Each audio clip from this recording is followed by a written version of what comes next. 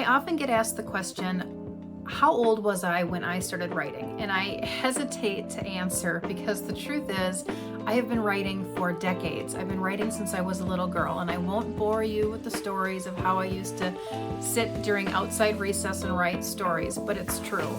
It was my favorite pastime, reading and writing.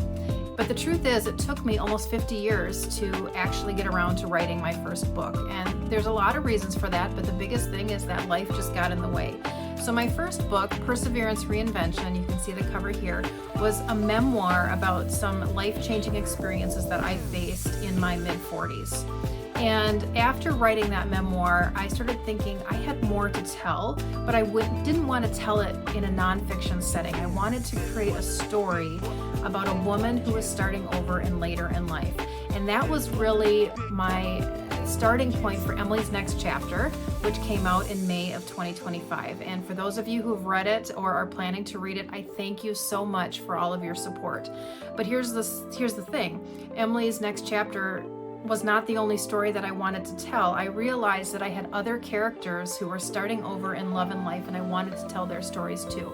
So Jesica's New Beginning is coming out on March 3rd, 2026, and it is about another character who is introduced in book 1. Jesica is actually Lucas's ex-wife, and for those who read Emily's Next Chapter, Lucas is Emily's love interest. And so in book 2, we're really getting into the story of Jesica and Will. But there's another story as well, and there's a third book that I'm working on right now that'll come out sometime in the fall of 2026, and it's about a character introduced in book 2.